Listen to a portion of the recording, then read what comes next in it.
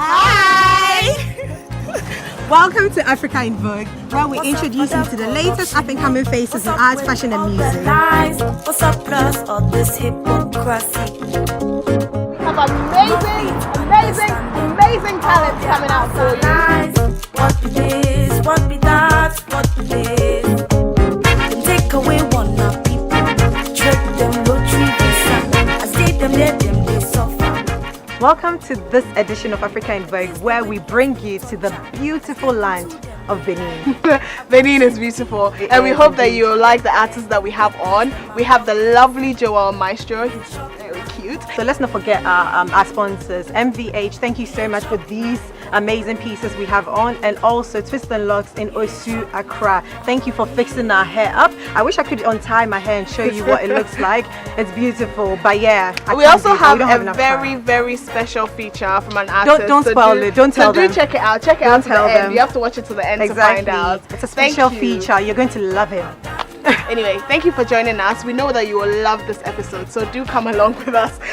Bye. Propaganda for television, propaganda for radio, propaganda for newspaper. Tell me what you want me to know. Joel Maestro, thank you so much for inviting us to your home to interview you today. Do you prefer Joel or Joel? How do you pronounce your name? Joel Maestro. Joel Maestro. Okay. Yeah. Interesting. Talk to us about what you do. What's your art? How would you describe it? Alors, bon, je peux dire que je fais ce qu'on appelle de la stylographie, c'est-à-dire que j'utilise le stylo bic ordinaire, comme médium artistique dans la réalisation de mes œuvres. Donc voilà un peu ce que je fais. So you use only pens for your art, or do you use other materials when you're doing your drawings? Non, j'utilise exclusivement des stylos. Okay, so that's what makes you different and unique. Exactement, okay. C'est ça. Well, so why did you choose to use a pen for your art? Ouais, ça c'est une très bonne question. En fait, au départ, je dessinais au crayon comme tout le monde. Mais à un moment, j'ai commencé à trouver que je tombais dans la monotonie, dans la répétition. Donc je voulais changer un peu, déjà qu'il y avait beaucoup d'artistes qui dessinaient avec le crayon. Je voulais changer un peu et apporter une touche un peu différente, quelque chose de spécial. Donc c'est là que j'ai pensé au stylo et je me suis dit, c'est pas mal, vu qu'il y a il n'y a pas beaucoup d'artistes qui dessinent au stylo. Je me suis dit, pourquoi ne pas essayer au stylo, et puis voilà, c'est comme ça que j'ai commencé le stylo. That's a really interesting point. So, leading on to this question, okay. Is it a learned process, or did you teach yourself how to use the pen to draw art, or have you always been talented? Il faut dire que je dessinais depuis tout petit, depuis que j'étais petit. Mais à l'époque, je dessinais avec le crayon, au crayon comme tout le monde.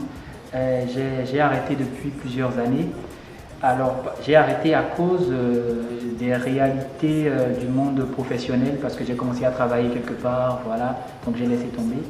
Et il y a seulement un an, j'étais sur Internet et j'ai vu un joli dessin de quelqu'un et je me suis dit, pourquoi ne pas me relancer. C'est comme ça que j'ai recommencé à dessiner, au début au crayon toujours, et après, au fur et à mesure, j'ai changé, j'ai utilisé le stylo maintenant, voilà. Donc, je peux dire que c'est un talent, j'ai pas pris de cours, non. So what is the process of making a full piece like that? What is your process? Talk us through that. Ok, déjà, je commence par choisir le format de feuille d'abord. Au départ, j'utilisais beaucoup les feuilles, les formats A4, c'était plus petit, mais là, avec le temps, comme je dessinais beaucoup plus grand, j'ai commencé à utiliser le format A3. Donc là déjà, je choisis le format sur lequel je veux dessiner. Ensuite, je prends, généralement je télécharge les images depuis le net sur mon téléphone, voilà, et je zoome, j'agrandis l'image depuis mon téléphone et je regarde sur mon téléphone et je restitue l'image sur le papier.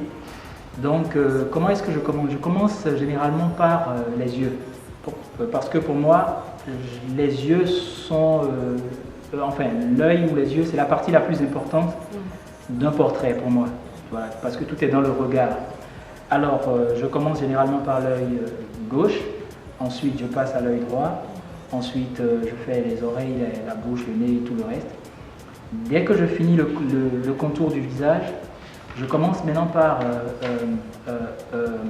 hachurer les traits pour faire les effets d'ombre et de lumière sur les visages. Donc, et là, ça me prend un peu de temps quand même. Donc voilà un peu le processus. That's actually very interesting. So you're trying to say that every person's eyes are unique, and before you can start your process, if you ignore the eyes, you won't get the look that you want, or it won't be exactly what you've seen on the picture. Exactement, exactement, parce que c'est ce que je recherche en dessinant.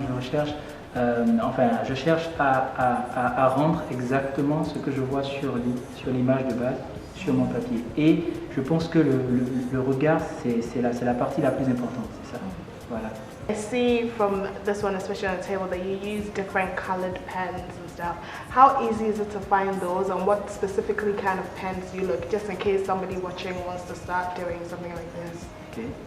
Alors j'utilise, la plupart de mes dessins sont réalisés au stylo Bic, la marque Bic, voilà, parce que quand j'étais petit à l'école sur les bancs, c'est le Bic que j'utilisais, voilà, donc c'est juste, c'est tout à fait normal quoi, que j'ai, voilà.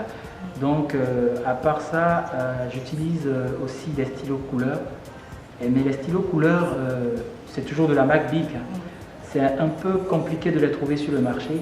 Donc je les commande généralement à l'extérieur, en France ou à Londres, voilà, et ils reviennent un peu cher que les stylos bleus, voilà, mais donc c'est pour cela que j'utilise beaucoup plus les stylos bleus que les stylos couleurs dans mes réalisations, voilà. How long does it take to do a piece like this? I mean, you know, do you do it all in one day, or is it like bits and pieces and then you pin them together? How do you go about it, and how long does it take? Voilà.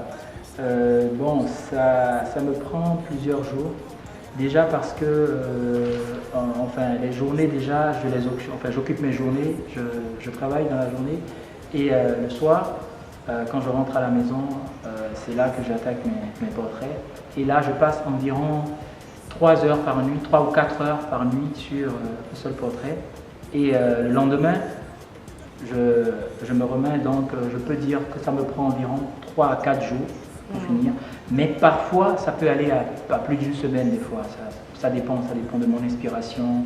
Et voilà, quoi. Like you said, you're busy during the day, so it means you have another job that you do outside from the art. Is that because you cannot live off of your art full time? And what keeps you going? What's your inspiration? What keeps you doing the art that you do as well? Merci. Alors, c'est vrai que voilà, comme j'ai dit, j'occupe mes journées.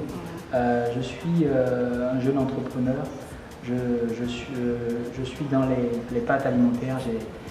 Je commercialise des pâtes alimentaires sur le marché. C'est ce que je fais. Maintenant, pour répondre à votre deuxième question, je sais que je peux vivre de mon art. Je le sais. C'est juste qu'actuellement, je n'ai pas encore décidé moi-même de vivre de mon art parce que je considère que je suis encore à l'étape, comment je vais dire, je suis encore au début. Donc, je prends mon temps pour me perfectionner. Et là, je suis en train de faire ma première exposition. Après ma première exposition, je pourrai commencer maintenant à vendre mes tableaux et voilà, à commercialiser mon art. Voilà. Mais sinon, au Bénin, oui, c'est possible de vivre de son art. Mais c'est pas évident. C'est pas évident, mais c'est possible. Oui. Avec un peu de détermination, c'est possible. Voilà. That's a very important point because you mentioned that it's very easy to live off the art in Benin, whereas from where we are coming from, most artists will never survive on their art. So what's the art scene in Benin like? Who are the people who purchase the artwork that you draw? Voilà, il faut dire que les personnes qui sont plus attirées par ce que je fais, ce sont les jeunes. Les jeunes sont beaucoup attirés parce que je ne fais pas de l'abstrait. Voilà, je fais du réalisme. Donc, à travers mes portraits, mes fans arrivent à identifier les personnages que je reproduis facilement. Et donc je peux dire la jeunesse, toute la jeunesse est vraiment attirée par ce que je fais. Mais, il y a un mais, ceux qui sont vraiment prêts à sortir l'argent de leur poche pour acheter mes œuvres, ce n'est pas vraiment les jeunes, c'est beaucoup une classe un peu plus évoluée, de personnes qui travaillent déjà, qui ont leur entreprise, voilà. Et j'ai pas mal de contacts avec ce genre de personnes. Il y en a beaucoup qui m'écrivent pour me demander voilà, combien ça va leur coûter. Voilà. Mais la majorité de mes fans, ce n'est que des jeunes. Voilà. That's interesting. So in your own way, how do you think we can make art accessible or affordable for younger people to be able to purchase them? Because it always seems like you only have to be rich to be able to have an art piece. So how would you think that we can make it possible for everyone to be able to enjoy art? Bon, déjà, je pense que ça pourrait se faire déjà à travers les expositions. Les expositions permettront déjà aux gens de venir voir ce que vous faites, donc ils peuvent déjà avoir une idée. Maintenant, en ce qui concerne le fait d'avoir les œuvres chez eux, là, je pense que ça nous revient à nous-mêmes les artistes de ne pas fixer la barre des prix un peu trop haute pour donner l'accès à tout le monde. Mais il y a un mais, parce que chaque artiste sait comment, à quel point à quel point son travail est compliqué. Donc c'est par rapport à ça que nous les artistes nous fixons le prix. Donc ça c'est une question un peu je ne vais pas trop m'attarder sur cette question. Okay. That's a very good answer. So I see through your works, because I've been following you on Behance. Yeah, It's Behance. this art Yes, website where artists collaborate. Mhm. You use a lot of African prints and African culture in your pieces. How important is this for you? How important is it to incorporate the African culture in your works? Ben, c'est une bonne question parce que à la base je me dis l'idée avec laquelle j'avais recommencé à dessiner, c'était de me démarquer, de faire des choses que tout le monde ne fait pas. Alors je me dis, si je me contente de dessiner simplement des visages que tout le monde connaît, je m'arrêtais là, comment est-ce que je pourrais montrer au monde entier les réalités de mon continent, de mon pays? C'est pas possible. Donc c'est pour ça que j'ai opté pour ce côté africain. Donc c'est pour ça que d'ailleurs à travers la majorité de mes œuvres, vous verrez des femmes avec un foulard sur la tête, avec des tissus africains. Voilà, et j'aime beaucoup dessiner la peau noire. Voilà, j'aime bien dessiner la peau noire. Voilà, c'est une façon pour moi de valoriser la diaspora noire à travers le monde. Voilà. We've been traveling a lot around, doing this show, and we've seen that there's a lot of separation between Francophone and Anglophone Africa. Do you collaborate with any Anglophone artists, and how do you think we can make that collaboration stronger? Ok, ben je dois dire que oui, c'est vrai qu'il y a un problème, vraiment. Il n'y a pas assez de communion entre les anglophones et les francophones, ça c'est vrai. Mais je crois que depuis un moment, ça a commencé à se faire. Par exemple, moi j'ai pas mal d'artistes avec qui je suis en contact, que ce soit même au Ghana, au Nigeria. Voilà, au Ghana et au Nigeria, j'ai pas mal d'artistes. Même à l'extérieur, à Londres, aux États-Unis, un peu partout. Donc, disons que ça a commencé à prendre. Oui, ça a commencé à prendre. Mais je peux dire que c'est la plus grande barrière, c'est la langue. C'est la langue qui est la plus grande barrière. Mais comme je le dis, le dessin, l'art n'a pas besoin de langage pour s'exprimer. Voilà, c'est ce que je pense. Donc voilà quoi. Avec le temps, ça va se faire tout naturellement. Voilà.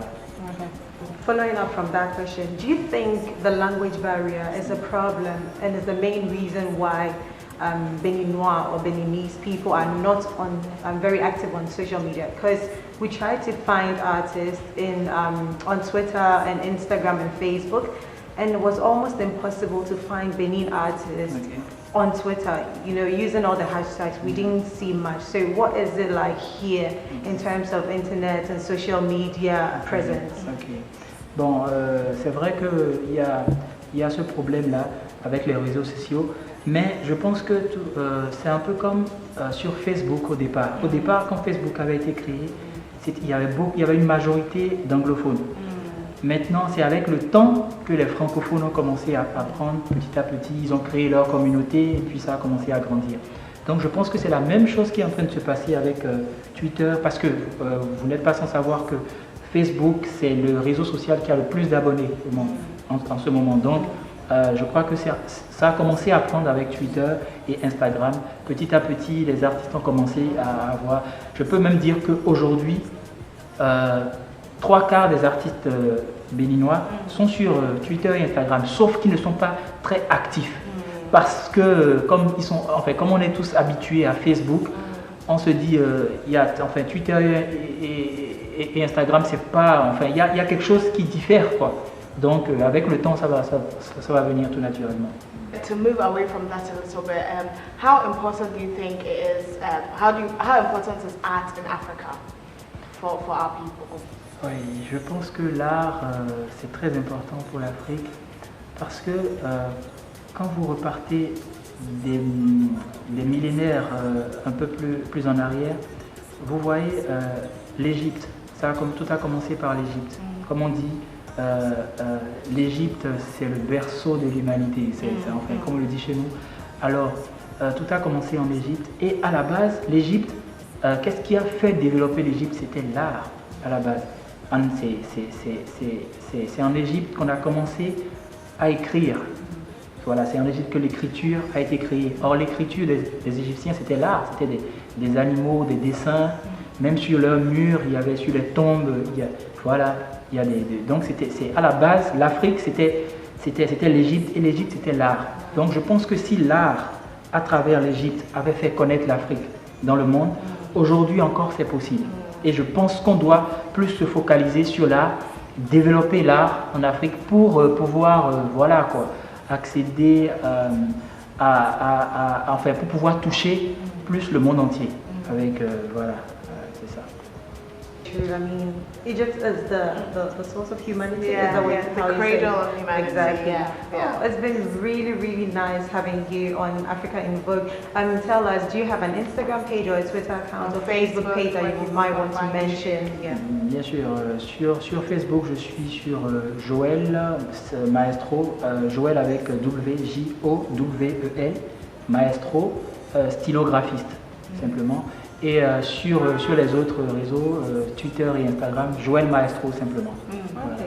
Thank you very much. I actually want to purchase one of your pieces. So I'm sure you will bring down the... No, he will not.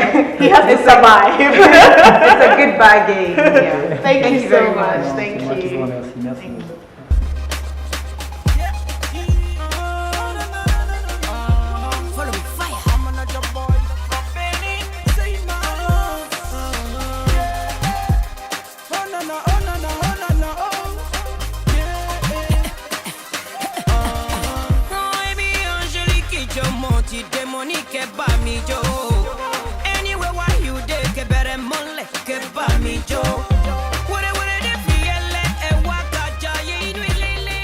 I told you we had an amazing special edition for you. Thank you for staying till the end. We have the amazing Dibidobo here. We love your friend Joel. What do you think about his art? Joël, c'est un ami d'enfance déjà. Donc je peux vous rassurer que c'est un génie. On a découvert ce côté du dessin juste il y a quelques mois, et déjà il fait fureur. Donc moi je pense que c'est l'un des meilleurs talents africains qu'on a actuellement. Il fait aussi de la musique, je vous le dévoile tout de suite. Il fait de la musique, il fait du rap, il joue la guitare, mais il est mieux en dessin et tout. Voilà, donc c'est ça. Tell us a little bit about what you do, because you're an artist as well yourself. So tell us a little bit about the stuff that you do. Bon, moi c'est Dibidobo. Voilà, je me présente. Je représente le Bénin.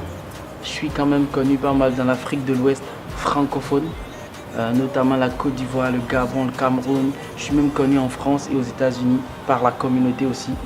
Donc je fais de l'afro-pop. Je fais partie des précurseurs de l'afro-pop. Donc afro-pop du genre like P-Square, Maybe, Yeah. Tu vois. Yeah. Donc voilà. Donc je peux te dire que quand même ici au Bénin, c'est nous, on se bat pour rehausser le niveau, l'image du pays. Donc je suis un artiste, je fais du rap, mais en langue, ok, en langue africaine. Je suis panafricain dans ma musique et ma musique est écoutable par un enfant comme un vieux, comme un jeune. Donc c'est Soy Mavo, forever. So we've seen that you did a collaboration with Angelique Kidjo. Yeah. How hard is it, or how easy is it to reach people who are at the top to collaborate with them, and how easy is it for people who are coming up to get to your level? Bon, moi je peux te dire, c'est le travail et c'est le destin. Tu vois, moi depuis tout petit j'aimais la chose, donc c'est pas comme si je me suis levé et j'ai fait ça, boum. Angélique, elle se mélange pas à tout le monde. C'est quand tu as le talent, c'est quand tu as un niveau donné, c'est quand tu travailles pour l'Afrique. Donc moi, c'est le travail qui m'a amené vers elle et le courant était très très facile pour moi. Tout le monde n'y croit pas aujourd'hui, à part Alicia Keys, à part John Legend, et j'en cite 2 ou 3 personnes, c'est moi directement, le seul jeune africain, à part Acha, qui a fait un feat. Donc du coup, je peux dire que je suis chanceux. Mais en même temps, c'est le travail que je fais pour mon pays qui m'a poussé à ce niveau. Je travaille dur. Le secret, c'est ça. Et je suis très aimé ici, quand même au Bénin. Je suis l'artiste quand même le plus aimé, que les gens aiment, la jeunesse comme les personnes âgées. Et les enfants surtout. D'ailleurs, avant-hier, j'ai été décoré meilleur artiste aimé par les enfants de 2009 jusqu'à 2015. Et j'ai une fondation qui s'occupe des orphelins aussi et de détecter les talents dans la rue. Voilà. During our travels and during our research, we've realized that Anglophone Africa and Francophone Africa are very separate. What are you doing, and what will you advise people to do to bring Anglophone and Francophone countries more united and together? Ok, je pense que en fait ça arrive déjà. Ça arrive déjà. J'ai travaillé par exemple pour mon prochain album. Les anglophones ils sont ouverts d'esprit, tu vois, naturellement. Mais nous les francophones on est timides et parce que entre nous il y a beaucoup de coups bas. Donc les gens ont peur, tout le monde se méfie. Mais moi j'ai essayé d'aller jusqu'au Nigeria. J'invite Mehdi à la maison, on passe du temps ensemble. Comme les gars, le Whisky, tous ces gars-là, quand ils arrivent au Bénin, c'est mes potes. Et puis je les mets bien. Donc sur mon album qui arrive, il y a justement Mehdi. On a fait plein de sons qu'on pourra choisir. Et je suis en train de lui organiser des rencontres en Côte d'Ivoire où c'est la plateforme de la musique africaine francophone. Et on est en train de travailler quoi. Je pense que c'est une histoire d'ignorance, c'est pas la méchanceté où on a peur quoi. On voit que le niveau quand même de l'anglophone est un peu élevé. Voilà. Amazing. Thank you so much for joining us. We really appreciate you. Thank you. Thank you. Thank you too.